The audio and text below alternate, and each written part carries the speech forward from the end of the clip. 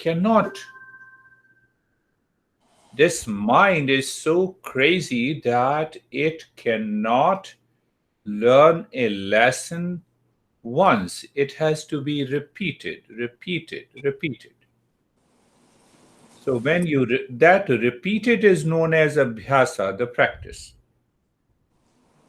But without the discernment in the intellect, I don't get the right knowledge that what I'm going to do.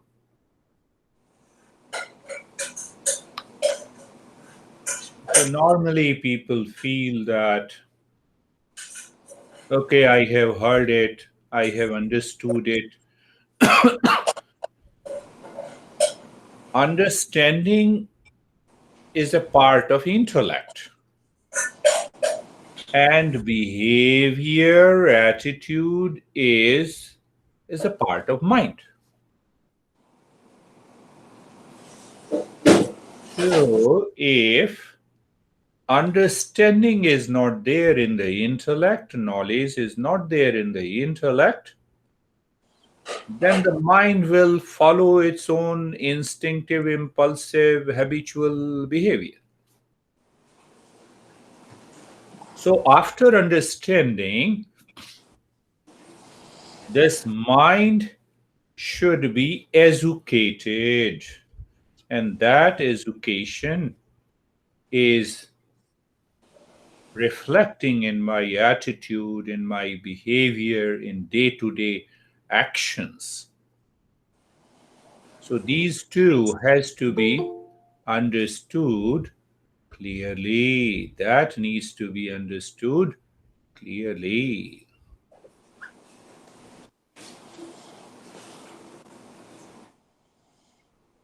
And you see that we have, here comes David and Jerry and Christina. So you see that that is very important. The behavior, attitude part is is coming from the mind. And the mind is instinctive, impulsive. It has created billions and billions of impressions. Who gives it a check? My knowledge, my understanding. So that is why we understand these principles. And the time comes, you take over the mind. I have been talking a lot about it using a phrase, check. Is the mind working on you, or you are working on the mind?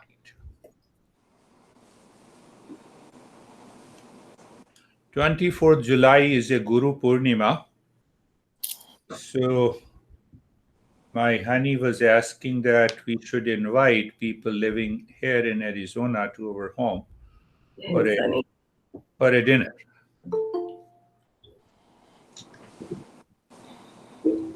So yes, those who are living in Arizona, other people can join virtually for a dinner. So we'll inform you and we will welcome. Please say So, hello to her. yeah, Say hello to her for me, please. yeah, sure. She remembers you. Yes. Sarvabhuteshu chatmanam sarvabhutani chatmani. Hmm? Munahi, munahi, sometimes anuvartate, ascharyam, mamatvam anuvartate. Sarvabhuteshu atmanam sarvabhutani cha atmani cha janatah mune. We claim that we are awakened. Yes, we are awake. I have done one session and then I have understood. Yeah, many people come and join that you have already been seeing. Some people send me the email, stop sending the email. I said, okay, that is also good. So the master is questioning, beautiful. You claim that you are awakened, then is it not strange that you still have a sense of ownership? That is the first verse that we need to understand clearly. So one day, here comes the Sam. Very good. Welcome. So, so first, understand this verse. Looking smart. Yes, everyone looking smart and beautiful. Yes. So I was with my Guruji. Guruji means master in his monastery. So there was some issue in my family life regarding, everyone has those issues in the world. So I must admit, I was claiming with a big ego in those days that I'm a meditator. Why should I fight? And people is encroaching and taking over my land. So my master, my Guruji took me to the border of my monastery, the border wall, and he said, if the neighbor encroaches the land of this monastery, should I leave it? Because I am a great master, because I am awakened, should I leave it? These challenges comes to those people who are treading the path of self-discovery. Should I not fight because I'm awakened? You know, there is a tagline, because I'm awakened. So because I'm awakened, you come to my house and take away everything. Why? Because I'm awakened. I should not fight. Yeah? So we have this negative ego that must go. So, on one hand, the negative ego must go. On the other hand, the attachment must go. Do you see that we are walking in a thin razors as when you are treading the path of self discovery? So I said, I will not allow anyone to encroach even a piece of small piece of land of this monastery. I will fight it. Okay, come on, you love me, that's why you will fight for it. What about your problem in the family? You fight here, and there you don't fight because you declare yourself that you are a great meditator. So sometimes we create a negative ego. It must go. Negative ego, did you understand? No, I'm a father to the son, and the son is doing some nasty thing. No, why should no? I'm a meditator. Let him do. Why should I? What? You see, we are bringing that realization in day to day life. That is extremely important. Otherwise, a kind of hypocrisy takes birth in the mind. Huh? I believe that you understand what I'm talking. So, this is what the master is saying huh? In this that what happens, what you're doing. You are still living in a king. You are managing the entire kingdom. You are awakened.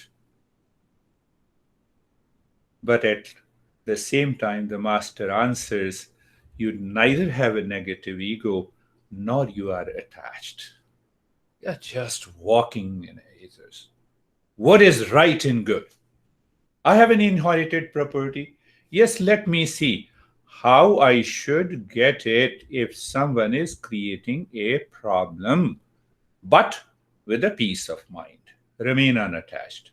Being aware that everything in the world uh, is constantly changing. This is what the master is saying. Now he is bringing that realization into day to day life.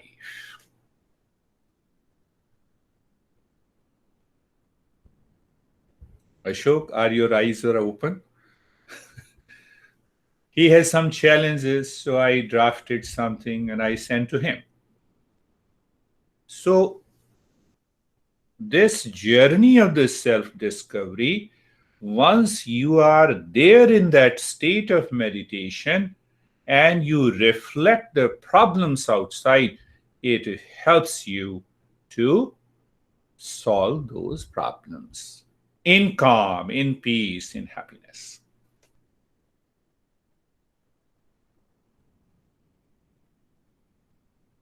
Now, you told us that the wave is nothing but the water, and now there is a storm. Because you told me wave is a water, so let me enter into that water. You will die. So, a wisdom should prevail. The intellect with the right knowledge must prevail all the time in dealing with the world outside in my personal, professional, social life. No, then should I not disturb my meditative state? No, you are just like a light, sunlight, that remains unattached, giving light to everyone. You live into that state of pure consciousness within. And if that state of the consciousness is the light, it is reflecting, it is giving light to everyone, means it is you are dealing everyone with the wisdom, with a clarity, with a clarity. This is what the master is saying. I know you are all wise, so you understand it's not a big deal, but it comes by practice. So, what is the secret behind it? In the intellect and the mind, outside there is a me and mine, and inside there is no me and mine in the mind. It belongs to the world. You 100% believe, know, and you are aware. The world belongs to the world itself. The honey belongs to the honey. Money belongs to the money. So when I understand that the money belongs to the honey, then my mind do not project security, fear, fearlessness, and happiness in the money. Have you seen the bill, dollar bill or $20 bill or $100 bill? Anywhere it is written, happiness is me. Is happiness written on the dollar bill? Just go to the home and does the home says you, come on, happiness is there. It is here. That needs to be realized. Happiness is here. Home is the basic necessities. I must have a shelter, I must have clothes, I must have food. But security is written there? No. Fearlessness is written there? No. That needs to be understood. Huh?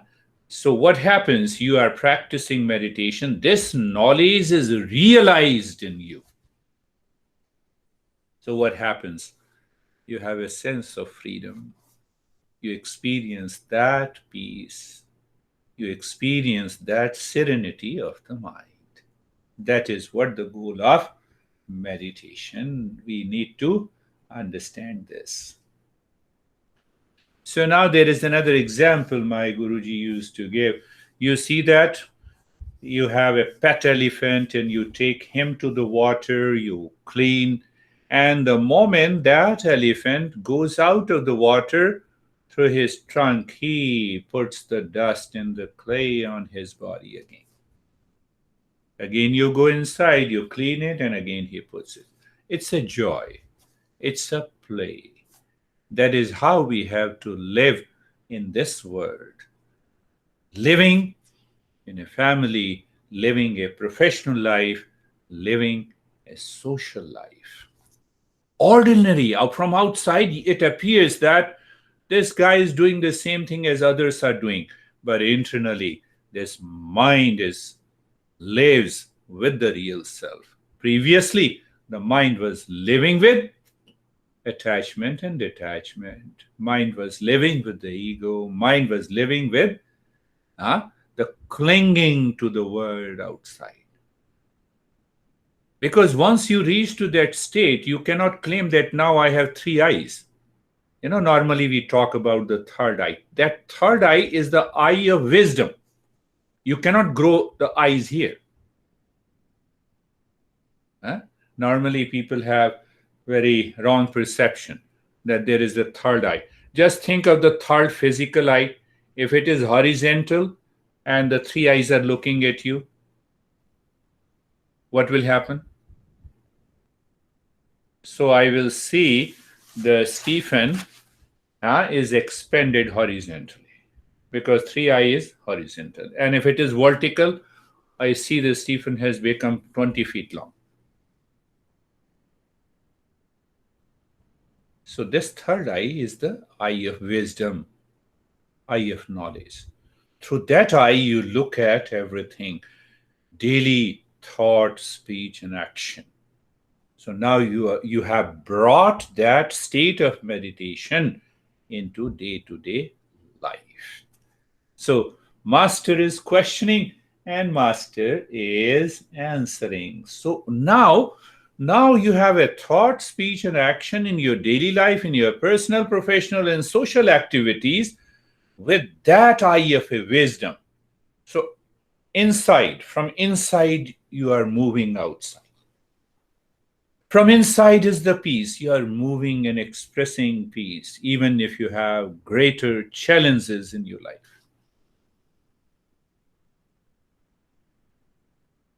Don't think I had undergone the same challenges, perhaps much bitter challenges in my early years of my life. But I stick to the teachings. I always relied only one thing, that what are the principles of the Eastern wisdom by which I can solve the problem, maintaining my poise and the calm. And that help you to grow and evolve. Look at the sixth one. Sixth verse says, now see, the master is making a fun. And in that fun, he has the answer. It is strange that one abiding in the supreme self, real self, on liberation, and yet you say that I like pasta, I like chicken. What is this? No example. So what is the difference between a person who is doing meditation and a person who is a non-meditator? Yeah, that must be resolved, isn't it? Kate likes something, Sam likes something, so I say that I like this. How to resolve this problem? Still, you speak in the same way.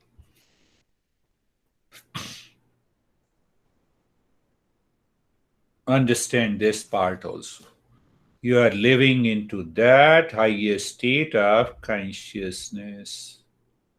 The mind has an impression of likes and dislikes.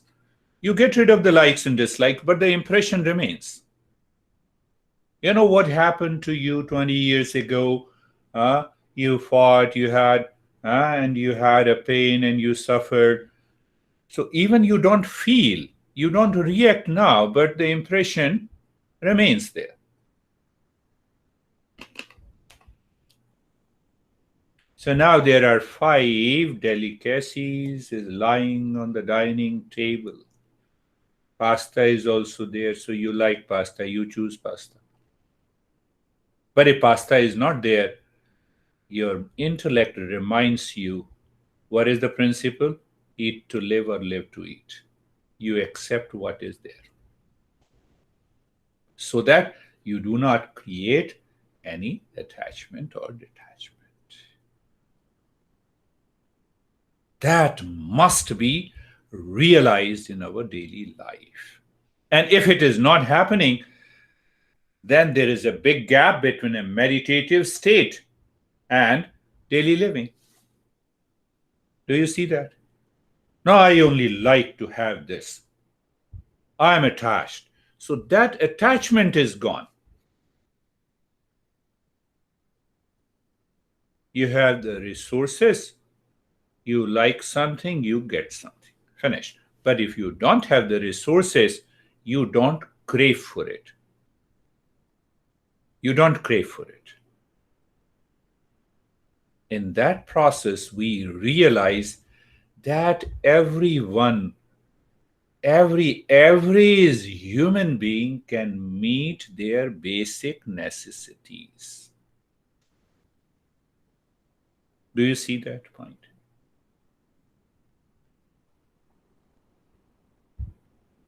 Desire for basic necessities are always fulfilled.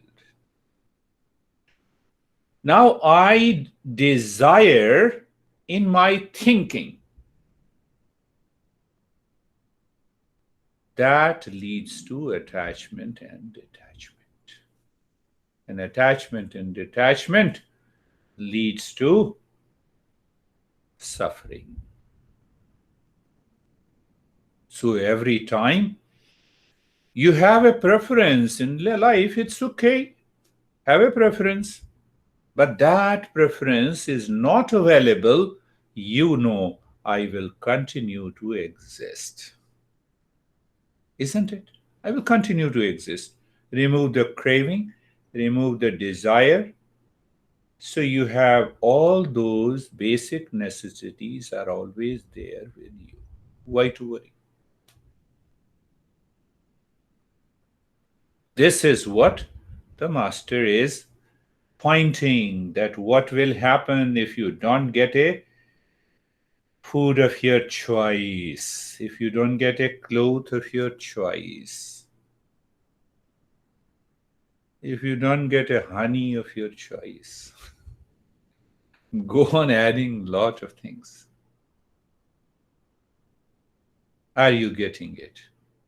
So these two verses, in a very funny manner, the master is asking the student, the seeker. Seeker is also in this text, the seeker is a great seeker, the highest level of a seeker. And he says, no, I know, I understand that, what you are saying.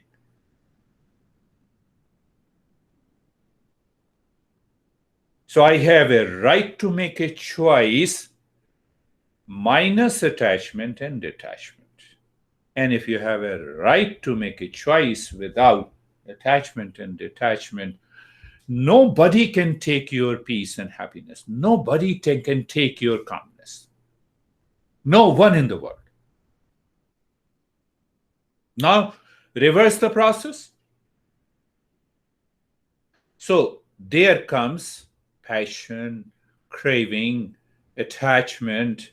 Why attachment? Attachment simply means I give 100% value to a thing in the world outside that is constantly changing, where there is no security, where there is no fearlessness, where there is no happiness. Pleasure is there. So I prefer, if the item is there, I prefer to take that. If it is not there, I realize that state of the happiness is already within me. Do you appreciate that? It takes you to a greater realization, a higher realization. Don't keep in mind that it means, should I not work? No, continue to work. Never retire. Never retire does not mean only relating to the job. Continue to do something. Keep your mind engaged in the work, minus ego desiring the fruits of an action. So that leads to a greater and a higher states of meditation. I believe I let us start our journey of the practice of meditation now, understanding